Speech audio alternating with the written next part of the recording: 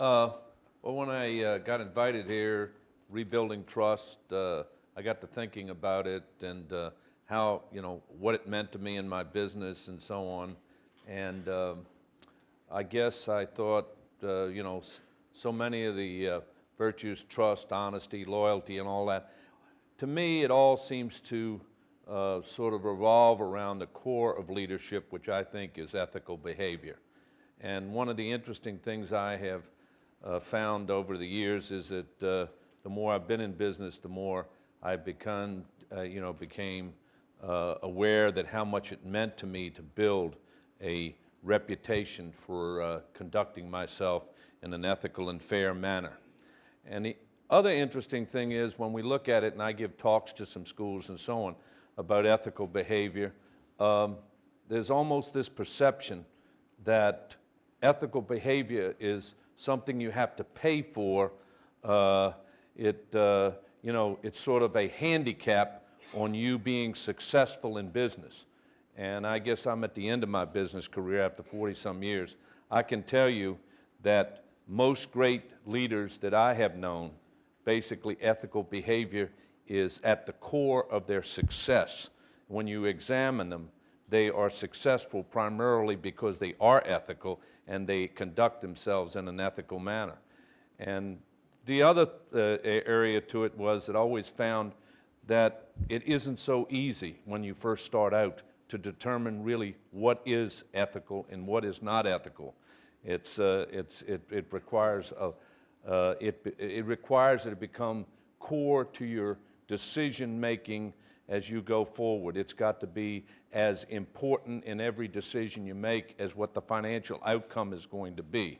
And anyway, so to get into that, I'd just like to give you a couple of examples that happened to me. The first example was a personal example.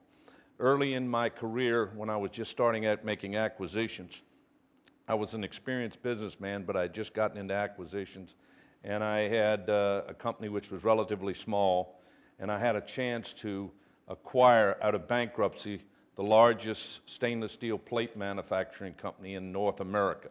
It was a huge operation, over $300 million a year in sales and so on, and for a small private company, it was a fantastic opportunity. I did a great job, and the company was in Chapter 11, and I was going to end up paying 25 cents on the dollar for the assets and so on of this company, and I had a plan to straighten it out. The company had gotten into the sheet business. In addition to the plate business, the sheet business had cost the company its viability, and it had gone into bankruptcy. They had shut down the sheet mill, so that was 50% of their operation, and we were in the plate. They were in the plate business when I was prepared to take it over. We went through the Chapter 11. For you not familiar with Chapter 11, you have a vote, and the creditors vote on it, and they selected me. It went before the judge. The judge approved it. And then my ethical dilemma presented itself. I was now the approved. There's a 30-day wait period before the thing is finalized and you close. And a steel company came to the creditors and offered to buy the mill for 100 cents on the dollar. They were going to open the entire mill. And but the dilemma was that I had the deal. And so a gentleman who became a very close friend of mine, a guy by the name of Damien Covey, worked for Teachers. They were the major creditor. And he came to me and said, we have this opportunity. We would like you to think about it.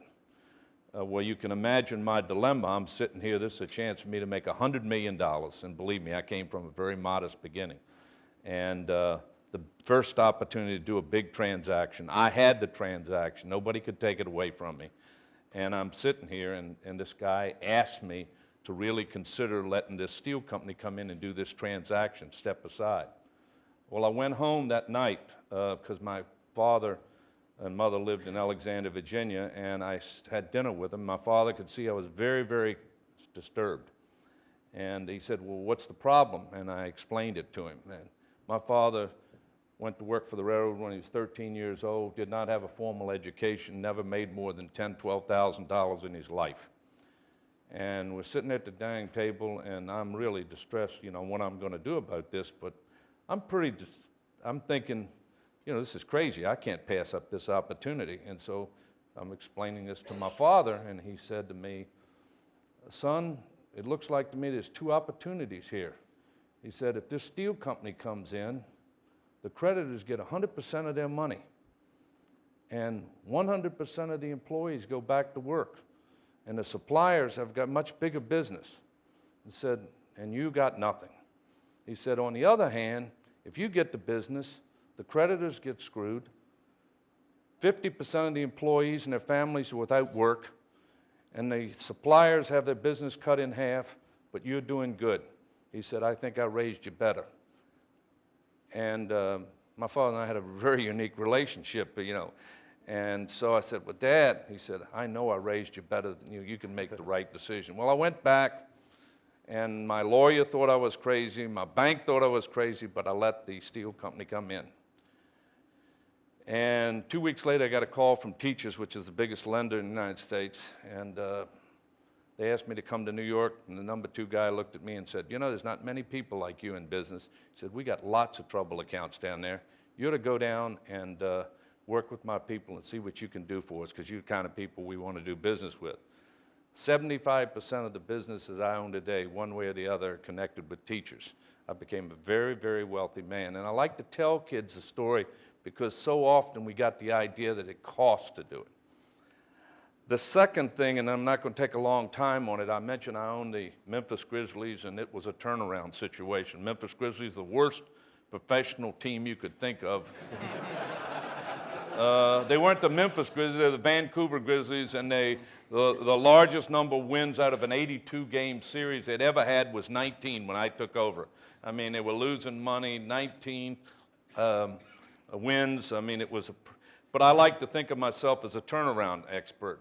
And one of the keys I do to turn it around is I put the right management into the team. Well, after about 12 months, I thought this is a desperate situation. And so I decided I had to go see the man who is considered to be the foremost chief executive in professional sports, Jerry West, and see if I could get him to come to Memphis to help me effect this turnaround. And, 2 years later, Jerry West delivers.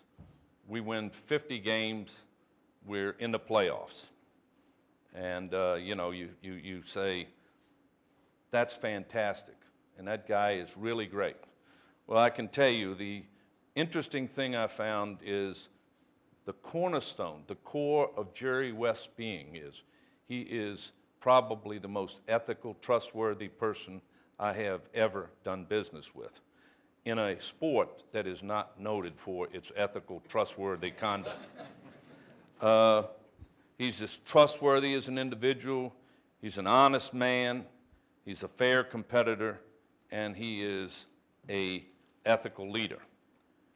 Jerry's won 7 championship rings as a player, as a coach, as a general manager, and as a president. But the most significant thing is Jerry West is the logo that all of the players wear, that all of the fans have on their apparels.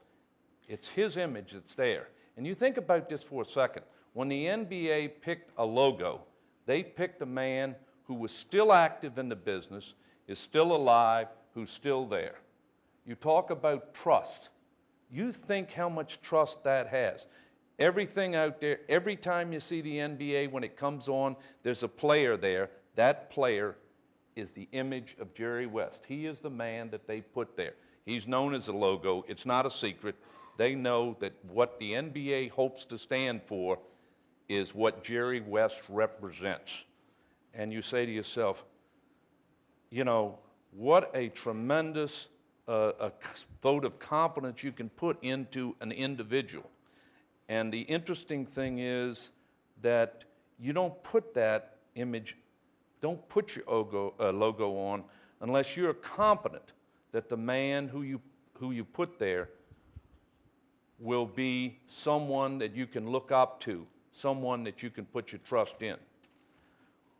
When Jerry finally leaves the game of basketball, fans of the game won't remember him, not as one of the 50th greatest players, not as a Hall of Fame player, not as a world champion.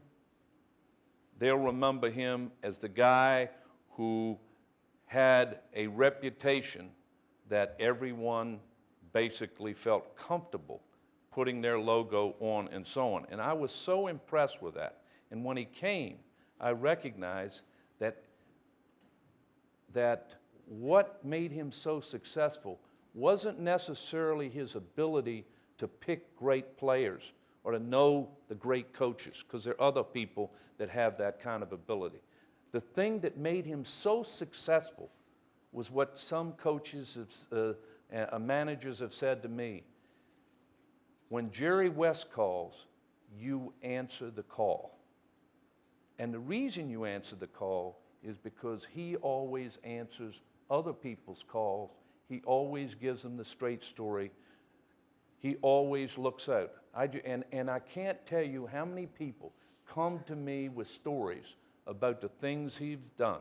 I was with David Falk last night, and he recounted the story of where Jerry West put his job on the line because the management of the Lakers basically went back on a commitment that he had made to David Falk. That's not an unusual situation.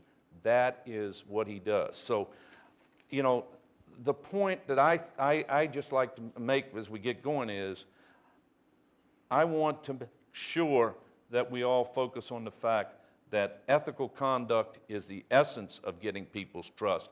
Ethical conduct is not just something we should do, not something that the law expects us to do.